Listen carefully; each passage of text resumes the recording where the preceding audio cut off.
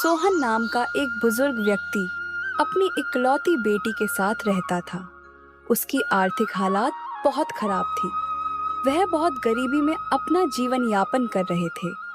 एक दिन उसके घर गांव का जमींदार धनीराम सेठ आता है और कहता है, मुझे उधार दिए हुए सालों बीत गए हैं, पर तूने आज तक एक पाई भी वापस नहीं लौटाई है। आज मुझे मेरे पैसे चाहिए, नहीं तो मैं तुम सबको धक्के मारकर इस घर से बाहर निकाल दूंगा। बस 2 दिन की मोहलत और दे दीजिए सेठ जी। कल मेरा बेटा शहर से लौटने वाला है। जैसे ही वह वापस आएगा, मैं सबसे पहले उसे आपके पास भेजूंगा और वो आपके सारे पैसे चुका देगा। आपने इतने सालों तक सब्र रखा है, तो क्या अब सिर्फ 2 दिन और नहीं रुक सकते? मैं आपसे हाथ जोड़कर विनती करता हूं, मेरी मजबूरी को समझिए।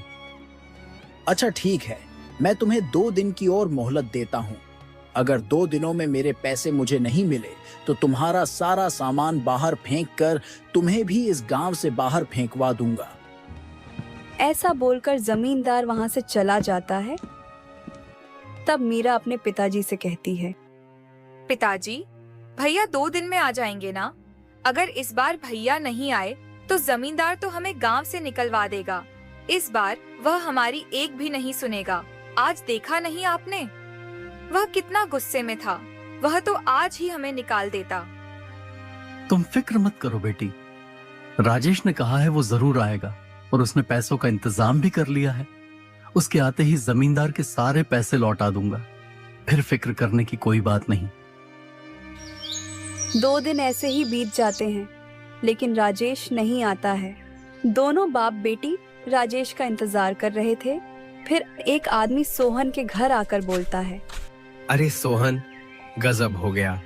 जिस कारखाने में तुम्हारा बेटा काम करता था, उस कारखाने में बहुत भीषण आग लग गई है और उस कारखाने में काम करने वाले जितने भी लोग थे, सारे के सारे बहुत बुरी तरह से जल गए हैं और खबर मिली है कि उसमें से कोई नहीं बचा और इस कारखाने में तुम्हारा बेटा भी काम करता था।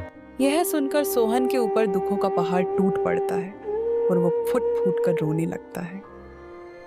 हे भगवान, ये क्या कर दिया आपने? अब क्या होगा मेरा और मेरी बेटी का? हम कैसे जिएंगे? ऐसे ही 2 दिन बीत जाते हैं। उनके गांव में एक आदमी सूटकेस लेकर आता है। उसी समय जमींदार भी वहां से गुजर रहा था। अरे भाई साहब, जरा सुनिए, यहाँ सोहान जी का घर कहाँ है? क्या आप